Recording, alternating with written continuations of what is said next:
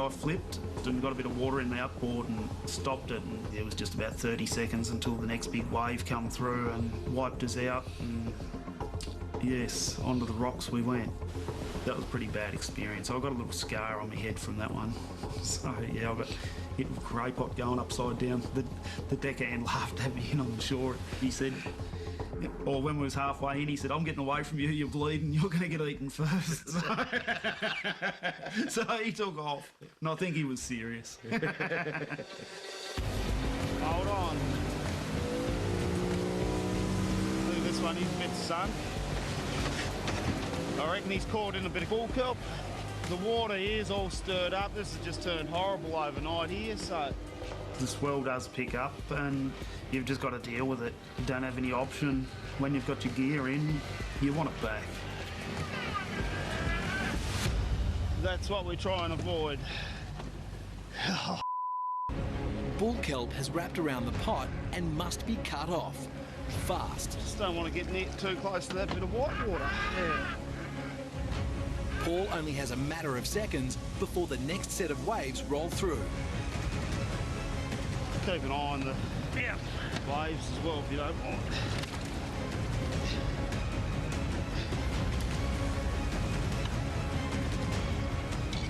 Oh, he's bloody heavy.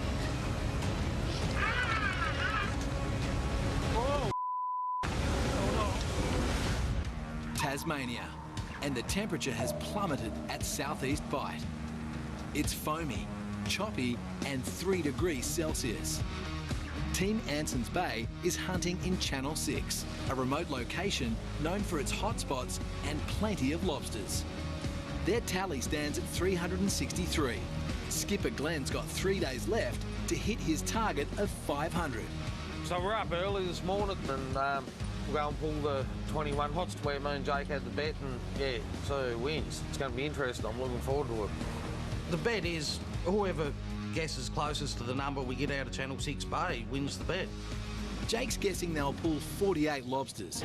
Glenn's guess is 51.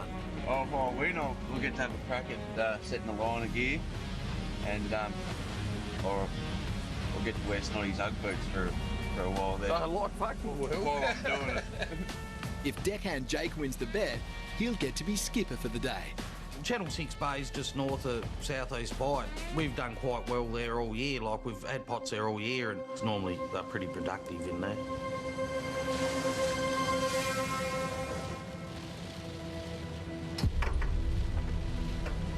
First pot of the morning and it don't look real good. Hopefully they get a bit better than that.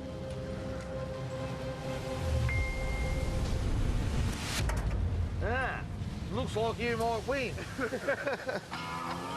I'm going to be on deck, I think, the way it's shaping up here. We just pulled 2 pots, we haven't even got a measure out of these. I just, yeah.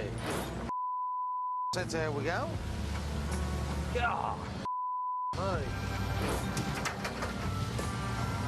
It's the worst I've ever seen them here. Yeah. Must be too early, I reckon.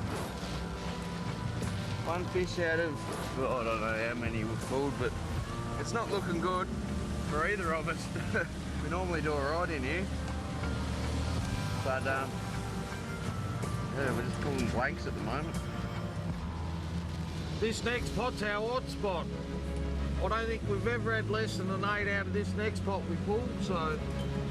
Glenn's hoping the next pot delivers, saving him from a humiliating loss. Would have been over 8 every time, wouldn't it, Jay? Yeah, easy, I reckon. I can't wait to see what's in it, actually. I reckon I need about 24 out of this pot to stand a chance. The Southern Fleet is continuing to hunt for lobsters across the rugged shores of Tasmania. Team Bold Contender is targeting 700 kilos. Squizzy already has 500 plus kilos in the tank. They've got 24 hours to get the rest. A few fishing them this morning too, which is good. The good news is that Squizzy's locked in his price for brindles at a season high of $110 a kilo. We're getting some good numbers, plenty of fish in the pots, which is a good sign. Looks like the lobsters are pretty hungry. And yeah, we're going all right, so pretty wrapped with that. Team Triton is motoring through Mulcahy Bay. searching for a new honey hole after a series of devastating octopus attacks left them deep in the red. Just legs and bloody tails and things going all directions. Them octopus tearing them to pieces. They're targeting 1,000 lobsters and have 6 days left to make it all pay. It could only get better, it can't get worse.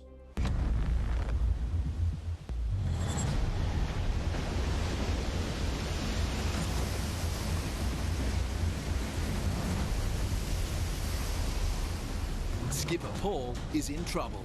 He has to cut the kelp and haul the pot in before his dinghy is flipped and swamped by a wave. Oh, he's bloody heavy.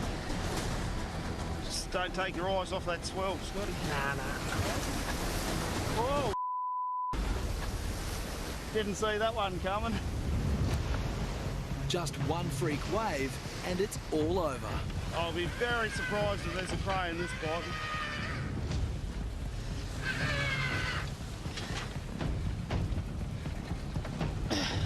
I need you to give me a hand to pull him if you can. Hold on, no, you're right, I'll spin him. Let him go. I've got him. This don't want it.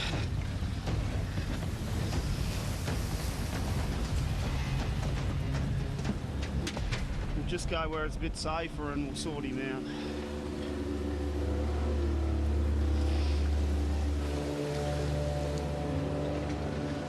They're the pots you normally make the decky pull, isn't it?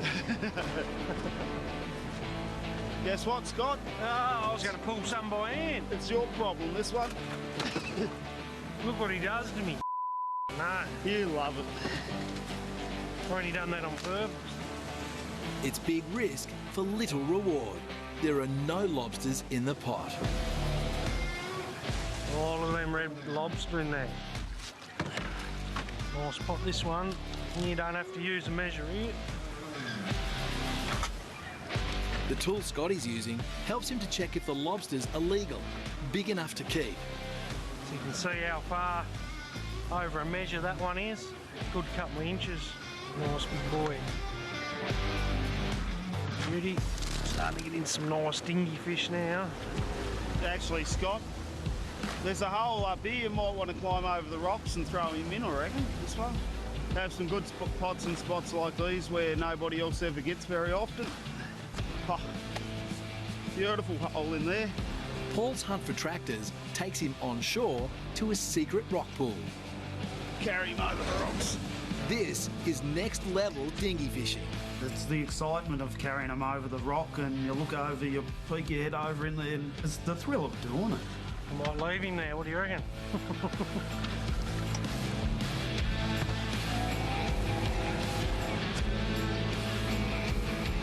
The dinghy run adds 80 lobsters to Team Kaikura's tally, well above their daily target of 50. Oh yeah.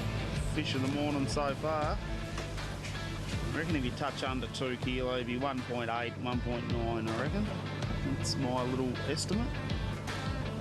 2 kilo. 2 kilo, yeah, right. He's a good one. He's a money fish, but Southeast Bite, Tasmania. I reckon I'll need about 24 out of this pot to stand a chance. And Skipper Glenn and Decky Jake have a bet running. How many lobsters they can catch from 21 consecutive pots. Jake's guess is 48. Glenn's is 51. They're 4 pots in and they've only caught 1. This next pot's our hot spot. I don't think we've ever had less than an 8 out of this next pot we pulled, so... Glenn's pinning his hopes on a known hotspot. There's still a couple, it's still the best pot of the morning. It just does it every time, don't it? I mean, it's not an 8, but it's still a bloody good pot. There's a couple of good crays in there.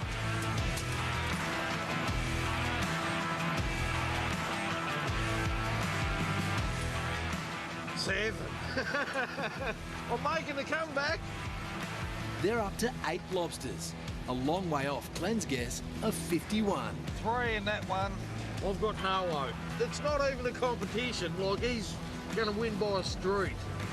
They're still both way off our targets, but If Jake wins the bet, he gets to drive the boat and set 12 pots, and I reckon he'd be pretty keen to do that.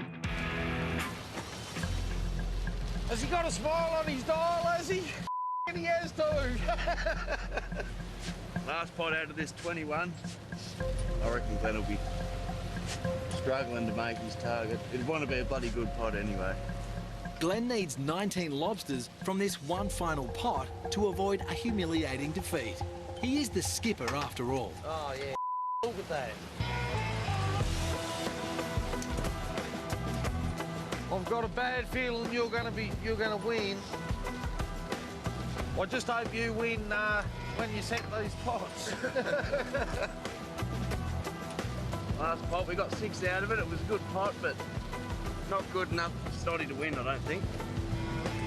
We just got 37 out of them 21 we had the bet on, so it wasn't quite enough for me to win. Jake's guess of 48 lobsters is the closest number to 37. The decky wins the bet.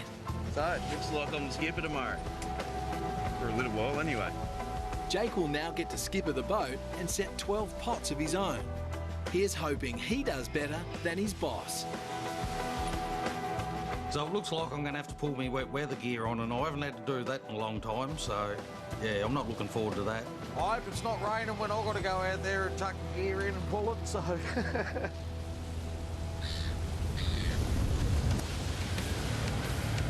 The Friars, 15 kilometres south of Bruny Island. And skipper Squizzy needs to catch an extra 200 kilograms of brindle lobsters to fill an order for his wholesale buyer Blakey. You would like us to try and get close to 700 kilos, because that's a plane full of lobsters. It's a case of going hard and see if we can do it, but I'm not holding my breath. Squizzy will pull 26 more pots before he unloads at Southport. That's what makes you feel alive, mate. Bit of salt water, fresh air. Beautiful. Yeah, Taber does love it. You can see him how he just steps up. A little bit excited in his movements.